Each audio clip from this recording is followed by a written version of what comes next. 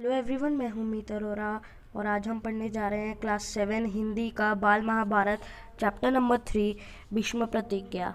तो इसे जब आप अपनी कॉपी में लिखेंगे आप इसे लिखेंगे चैप्टर नंबर 2 ही, क्योंकि ये देखिए, ये जो है ना, चैप्टर नंबर 1 नहीं है, पर ये जो पूरी बुक है ना, ये पूरी बुक की बस एक छोटी सी समरी दी हुई है कि ये बुक में आ क्या रहा है आपको।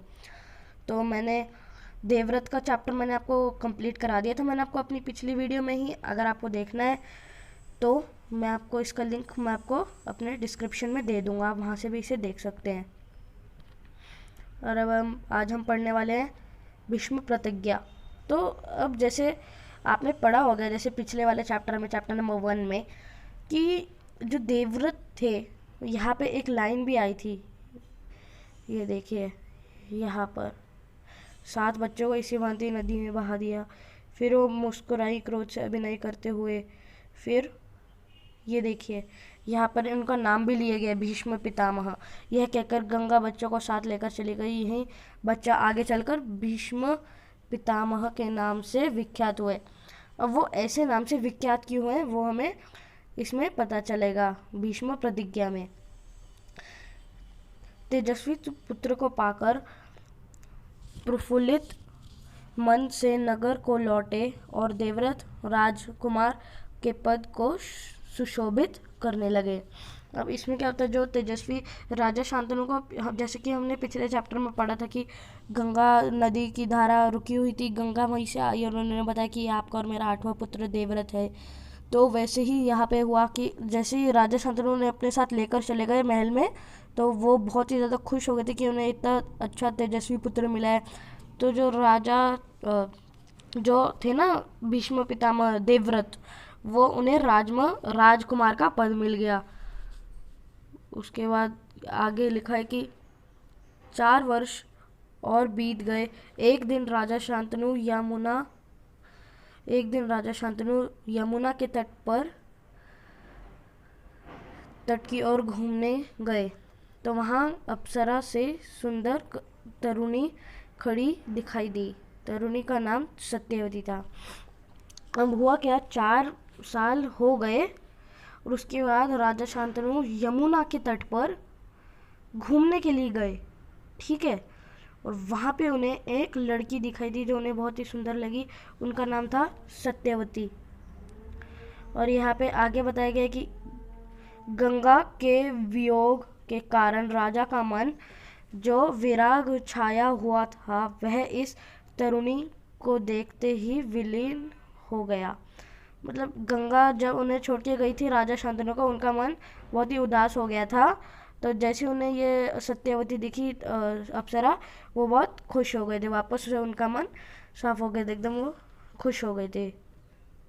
तो जैसे मैंने आपको बताया कि उनका मन बहुत दुखी हो गया था कि गंगा उन्हें छोड़ के चली गई थी। तो अब यहाँ पे क्या हुआ, उस सुंदरी को अपनी पत्नी बनाने की इच्छा उनके मन में बलवती हो उठी और उन्होंने सत्यवती से प्रेम याचना की। अब क्या हुआ, जो वो सुंदरी थी, यहाँ पे भी सुंदरी का वही मतलब है, सुंदरी मतलब सत्यवती, ये वही मतलब है। तो जो सुंदरी थी, राजा शांतनु उन्हें अपनी पत्नी बनाना चाहते थे और वो उनके सामने उन्होंने प्रस्ताव रखा। तो उन्होंने उनके सामने प्रेम याचना रखी। उसके बाद यहाँ पे सत्यवती बोली, मेरे पिता मल्लाहों के सरदार हैं, पहले उनकी अनुमति ले लीजिए, फिर मैं आपकी पत्नी बनने को तैयार हूँ। अब क्या हुआ, यहाँ पे एक और बड़ी मुश्किल खड़ी हो गई। सत्यवती बोली कि मेरे पिता मल्लाहों के सरदार हैं, पहले उनकी अनुमति ले लीजिए, फिर मैं आपकी पत्नी बन जाऊंगी, पत्नी बनने को तैयार हूँ। क्या किया फिर राजा शांतनु ने जब अपनी इच्छा उन पर प्रकट की, तो केवट राज ने कहा, आपको मुझे एक वचन देना पड़ेगा। अब केवट राज कौन थे, कंफ्यूज मत हो, ये हैं मल्लाहों के सरदार, जो कि हैं सत्यवती के पिता। केवट राज पिता हैं उनके, सत्यवती के पिता केवट राज हैं। उन्होंने क्या बोला कि अब आपको मेरे को एक वचन देना पड़ेगा। राजा ने कहा, जो मांगोगे दूंगा, यदि वह मेरे लिए अनुचित न हो। मतलब राजा शांतनु ने कहा कि आप जो भी मांगेंगे मेरे से, मैं आपको वो वचन मैं ज़रूर पूरा करूँगा, पर कुछ अनुचित मत देना मुझे वचन। तो अब यहाँ पे क्या हुआ, केवटराज बोले, आपको आपके बाद हस्तिनापुर के राज सिंहासन पर मेरी लड़की का पुत्र बैठेगा। तो मतलब कि अब केवटराज ने बोला कि जैसे ही राजा शांतनु का डेथ हो जाएगी, जब उनकी मृत्यु हो जाएगी, तो उनके बाद हस्तिनापुर के राजा, अब जो राजा शांतनु थे वो कहाँ के राजा थे? हाँ, वो हस्तिनापुर के तो राजा थे। अब उन्होंने कहा कि जब राजा शांतनु की मृत्यु हो जाएगी तब ये केवटराज की जो बेटी थी ना सत्यवती, उनका पुत्र ही वहाँ पे बैठेगा। तो उन्होंने ऐसा करके सवाल पूछा। केवटराज की शर्त पर राजा शांतनु को नागवार लगी। गंगासुत को छोड़कर अन्य किसी को राजगद्दी पर बैठने की कल्पना से तक उनसे न हो। मतलब कि केवटराज की शर्त पर शांतनु बहुत उदास हो गए थे कि अब भला गंगासुत को छोड़कर मैं और किसी को वहाँ पे राजगद्दी पे मैं क्यों बैठने दूंगा? गंगा के जो पुत्र थे ना देवव्रत, उनको छोड़ के मैं वहाँ पे किसी और को बैठने कैसे दूंगा? तो ऐसी कल्पना तक उनसे न हो, राजगद्दी पर बैठने की कल्पना तक उनसे न हो। मतलब कि वो अपने पुत्र के अलावा और किसी को बैठने नहीं देते, देवव्रत के अलावा, भीष्म पितामह के अलावा। निराश और उद्विग्न मन से वह नगर की ओर लौट गए। किसी से कुछ कह भी ना सके, पर चिंता उनके मन को कीड़े की तरह कुतर कुतर कर खाने लगी। अब क्या हुआ, जैसे राजगद्दी को उन्होंने देवव्रत को देना था, है ना, वो बहुत ही उदास हो गए और उनका मन बहुत उदास हो गया और फिर वो अपने नगर लौट गए, है ना। उसके बाद किसी से वो अपनी बात सबसे छुपा रहे थे, उन्होंने किसी को भी नहीं बताया कि वो इतनी चिंता में है। फिर उनके मन को कीड़े की तरह कुतर कुतर कर खाने लगी। मतलब बहुत ही ज़्यादा उदास थे वो। अब यहाँ पे है, देवव्रत ने देखा कि उसके पिता के मन में कोई व्यथा समाई हुई है। देवव्रत को पता चल गया कि मेरा पिता उदास है तो उसके पीछे कोई तो कारण होगा। फिर एक दिन उसने शांतनु से पूछा, पिताजी, संसार का कोई भी सुख ऐसा नहीं है जो आपको प्राप्त ना हो, फिर भी आप इधर कुछ दिनों से आप दुखी हैं दिखाई दे रहे हैं, आपको किस बात की चिंता है? मतलब कि अब एक दिन क्या हो गया कि जो देवव्रत थे ना, भीष्म पितामह, उन्होंने अपने पिताजी से पूछ लिया, राजा शांतनु से, संसार में कोई भी ऐसा सुख नहीं है जो कि आपको प्राप्त ना हो, सारे के सारे सुख आपको प्राप्त हुए हैं, तभी भी आप इतना उदास क्यों बैठे हुए हैं यहाँ पे? आपको किस बात की चिंता है? यहाँ पे उन्होंने, देवव्रत ने पूछा भीष्म पितामह ने कि अरे आप इतने उदास हो तो आपको किस बात की चिंता है आपको भला? यद्यपि शांतनु ने गोलमोल बातें बताई, फिर भी कुशाग्र बुद्धि देवव्रत को बात समझते देर न लगी। मतलब कि अब क्या था, जो शांतनु थे ना, उन्होंने बातों को घुमा दिया था। मतलब कि अच्छा मान लीजिए अब जैसे शांतनु को यहाँ पे जाना है तो वो यहाँ पे जाना है उन्हें, तो पहले कहेंगे कि वो यहाँ पे गए, फिर यहाँ पे गए, फिर यहाँ से घूमे, फिर यहाँ पे आए, फिर यहाँ पे गए। तो उन्होंने पूरा बातों को घुमा दिया था, पर फिर भी वो इतनी बुद्धि वाले थे देवव्रत, भीष्म पितामह की, उन्होंने उनकी बातों को समझने में बिल्कुल भी देर नहीं लगाई। उन्होंने सारी की सारी बातें समझ ली। अब उन्होंने क्या बोला, उन्होंने राजा के सारथी से पूछताछ की। उस दिन केवटराज से यमुना नदी के किनारे जो कुछ बातें हुई थी उनका पता लगा लिया। तो अब जो उन्होंने ना राजा के सारथी, जो राजा शांतनु थे उनके जो सारथी थे, जो रथ चलाते ना, उन्हें सारथी कहते। जो राजाओं के जो रथ चलाते हैं ना, उन्हें हम क्या कहते हैं? सारथी। ये देखिए यहाँ पे लिखा है सारथी, सारथी लिखा है यहाँ पे, उन्हें हम सारथी कहते हैं। उन्होंने जो रथ चला के उनको लेके गया था ना वो केवटराज के पास, तो उनसे पूछताछ की उन्होंने कि भैया उस दिन केवटराज से यमुना नदी के किनारे जो कुछ बातें हुई थी उनका पता लगा लिया। जो उन्होंने बातें की थी ना केवटराज ने कि आपको ऐसे करना है, ये होगी आपकी शर्तें ये होंगी, कुछ बातें हुई थी कि जो जो बातें हुई थी वो पता लग गया, उनको पता लग गए। फिर पिताजी के मन की व्यथा जानकर देवव्रत सीधे केवटराज के पास गए और उनसे कहा कि वह अपनी पुत्री सत्यवती का विवाह महाराज शांतनु से कर दे। अब क्या होता है कि अब जो देवव्रत थे उन्होंने पता लगा लिया कि राजा शांतनु के साथ ये हुआ था। फिर केवटराज के पास वो चले गए कि आप अपनी पुत्र सत्यवती से महाराज का विवाह करा दें क्योंकि उनसे प्रेम करते हैं। तो यहाँ पे आगे लिखा हुआ है कि केवटराज ने वही शर्त दोहराई जो उन्होंने शांतनु के सामने रखी थी, कि जैसे शांतनु को उन्होंने बोला था ना कि आपके मृत्यु के बाद वहाँ पे सत्यवती का पुत्र ही बैठेगा राजगद्दी पे। तो देवव्रत ने कहा, यदि तुम्हारी आपत्ति को कोई कारण यही है, मतलब कि अगर आप यही चाहते हैं कि सत्यवती का ही पुत्र बैठे, तो मैं वचन देता हूँ कि मैं राज्य का लाभ नहीं करूँगा, सत्यवती का पुत्र ही मेरा पिता के बाद राजा बनेगा। मतलब कि देवव्रत ने कठिन प्रतिज्ञा ले ली कि वो वह राजगद्दी पे नहीं बैठेंगे और सत्यवती का जो भी पुत्र होगा वही राजगद्दी पे बैठेगा। अब यहाँ पे आगे बताया गया कि केवटराज इससे संतुष्ट न हुए, उन्होंने और दूर की सोची, बोले, अरे आर्यपुत्र। अब ये भी बहुत ज़्यादा इम्पोर्टेंट वर्ड है कि उन्होंने आर्यपुत्र किसको बोला था, उन्होंने ये आर्यपुत्र बोला, किसको बोला था, देवव्रत को बोला था। उन्होंने आर्यपुत्र देवव्रत को बोला था। ये बहुत ज़्यादा इंपॉर्टेंट है, ये आपके एग्जाम्स में भी आ सकता है, इसको अपनी टेक्स्ट बुक में हाईलाइट कर लीजिए।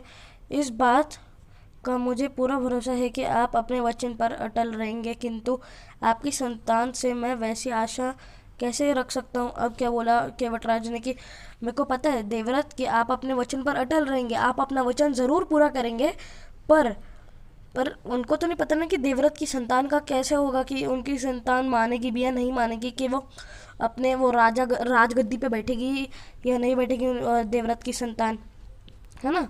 तो मैं कैसे आशा कर रख सकता हूँ। आप जैसे वीर पुत्र भी तो वीर ही होगा ना, जैसे आप देवव्रत जो थे वो वीर थे, अब उनका जो पुत्र होगा वो भी तो वीर ही होगा ना, है ना। दोनों कुशल योद्धा होंगे बहुत। तो उन्होंने बोला पुत्र भी तो वीर ही होगा, बहुत संभव है कि वह मेरी नाती से राज्य छीनने का प्रयत्न करे। इसके लिए इसके लिए आपके पास क्या उत्तर है। जैसे कि उन्होंने बोल दिया केवटराज ने कि आपके पुत्र भी वहाँ पे बैठ सकते हैं क्योंकि वो भी बहुत वीर होंगे, क्योंकि वो भी आपके बाद ही आए होंगे ना, इसलिए कि आप भी वीर है और वो भी वीर होंगे। तो इसके लिए आपके पास क्या उत्तर है। तो उन्होंने ऐसा करके उनसे पूछा।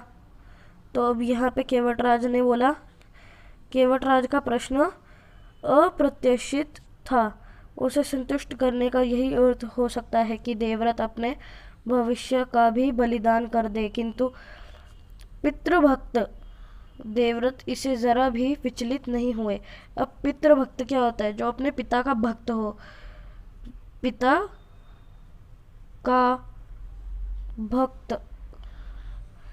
का जो भक्त होता है उसे पितृभक्त कहते हैं, ठीक है। ये याद रखना है क्योंकि ये बहुत ज़्यादा इम्पोर्टेंट है। अब यहाँ पे था कि जो केवटराज थे ना, उनके प्रश्न बहुत ही अलग टाइप के थे, तो उसे संतुष्ट करना अर्थ हो सकता है। और देवव्रत अपने भविष्य का भी बलिदान दे सकते थे क्योंकि वो अपने पिता का बहुत ही ज़्यादा सम्मान करते थे, वो पितृभक्त थे अपने। तो देवव्रत इसे ज़रा भी वो उनसे बिल्कुल भी नहीं डरे और बिल्कुल साफ साफ बोल दिया कि गंभीर स्वर में उन्होंने यह कहा, मैं जीवन भर विवाह नहीं करूँगा, आजन्म ब्रह्मचारी रहूँगा, मेरे संतान ही न होगी। अब तो तुम संतुष्ट हो। तो क्या हुआ, अब ये जो उन्होंने जो बोला ना, यहाँ से ये देखिए, मैं जीवन भर विवाह नहीं करूँगा, आजीवन ब्रह्मचारी रहूँगा, मेरी संतान ही ना होगी। ये जो उन्होंने जो सेंटेंस बोली है ना, इसकी वजह से ही उनका नाम देवव्रत से भीष्म पितामह पड़ गया। पितामह क्यों, क्योंकि उन्होंने बहुत ही ज़्यादा कठिन प्रतिज्ञा ली थी और इस चैप्टर का नाम भी भीष्म प्रतिज्ञा है। तो उन्होंने बोला कि जब मैं विवाह ही नहीं करूँगा तो मेरी संतान ही नहीं होगी, उनका बेटा ही नहीं होगा, बेटी ही नहीं होगी, तो वो राजगद्दी पे ही नहीं बैठेंगे। अब तो आप खुश है ना। तो क्या हुआ, किसी को आशा न थी कि तरुण कुमार ऐसी कठोर प्रतिज्ञा करेंगे। देवव्रत ने भयंकर प्रतिज्ञा की थी, इसलिए उस दिन से उनका नाम भीष्म पड़ गया। Very very very very very important कि उनका नाम भीष्म क्यों पड़ गया, क्योंकि उन्होंने ये प्रतिज्ञा ली थी कि वो विवाह नहीं करेंगे। बहुत ज़्यादा एग्जाम्स में आता है, इसको प्लीज़ याद कीजिए, इसे हाईलाइट कर लीजिए। प्रतिज्ञा ली थी, इसके इस ये हो गया उन्होंने, इसलिए उस दिन से उनका नाम भीष्म पड़ गया। केवट राज ने सानंद अपनी पुत्री को देवव्रत के साथ विदा कर दिया। तो केवट राज जो थे वो खुश हो गए थे देवव्रत की इस बात से कि देवव्रत ने अपना पूरा जीवन बलिदान कर दिया, क्योंकि वो पितृभक्त थे। उन्होंने अपने पिता के लिए पूरा अपना जीवन बलिदान कर दिया। और अब क्या किया, केवट राज उनसे खुश हो गए और उन्होंने अपनी पुत्री को देवव्रत के साथ विदा कर दिया। अब यहाँ पे क्या हुआ, सत्यवती से शांतनु के 2 पुत्र हुए, चित्रांगद और Vichitravirya. Very very important. Satyavati के शांतनु से कितने पुत्र हुए थे, चित्रांगद और विचित्रवीर्य। अब आपको ऐसे भी आ सकता है क्वेश्चन कि मतलब गंगा से कितने पुत्र हुए थे। हाँ, गंगा से कितने पुत्र हुए थे, 8 हुए थे, पर 7 जो थे नदी में बह गए थे, वो है ना, नदी में थे वो। बस जो 8 था वो बचा था, वो था देवव्रत। और जो सत्यवती थी, ये देखिए, जो सत्यवती थी उनसे शांतनु के कितने पुत्र हुए, 2। उनका नाम क्या था, चित्रांगद और विचित्रवीर्य। और गंगा की कितनी रानियां थी, 2। गंगा से कितने पुत्र हुए, 8। कितने बह गए, 7। सत्यवती के कितने पुत्र हुए, 2। और अभी इसके आगे की कहानी आपको आगे पता चलेगी, आगे क्या हुआ था। शांतनु के देहावसान पर चित्रांगद हस्तिनापुर के सिंहासन पर बैठे और उनके युद्ध में मारे जाने पर विचित्रवीर्य के 2 रानियां थी, अंबिका और अम्बालिका। अब एक आपको थोड़ी, ताकि कंफ्यूजन ना हो, आप ये एक अपनी ये जो कॉपी में आप ये वाला एक चार्ट बना लीजिए, क्योंकि ये ज़्यादातर एग्जाम्स में आता ही है। तो वो आपसे पूछ सकते हैं कि शांतनु की कितनी रानियां थी, 2 रानियां थी, सत्यवती और गंगा। खैर गंगा तो अब नहीं रही, तो वो तो चली गई उन्हें छोड़ के, तो देवव्रत ही बचा ना, 7 नदी में बहा दिए।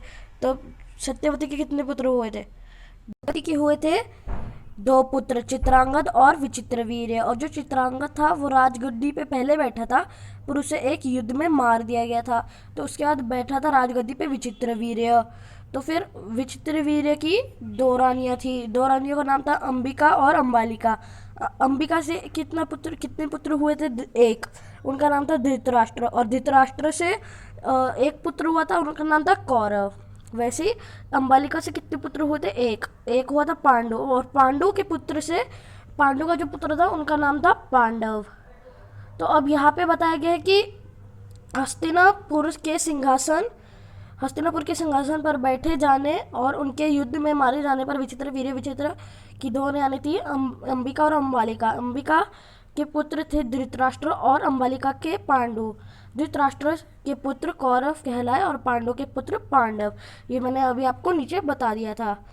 महात्मा भीष्म शांतनु के बाद से कुरुक्षेत्र युद्ध का अंत होने तक उस विशाल राजवंश के सामान्य कुल नायक और पूज्य बने रहे। शांतनु के बाद कुरुवंश का क्रम यह रहा। मतलब जब राजा शांतनु की मृत्यु हो गई थी, तो उनके बाद का ये टेबल बना। ये बहुत ही ज़्यादा इम्पोर्टेंट है, मैं आपको प्लीज़ कह रहा हूँ, ये अपने एग्ज़ाम में आपको ज़रूर आएगा। इसे आप लर्न कर लीजिए और अपनी कॉपी में भी नोट कर लीजिए। और इसी के साथ हमारा ये वाला भी चैप्टर ख़त्म होता है, जो कि दूसरा चैप्टर भीष्म प्रतिज्ञा।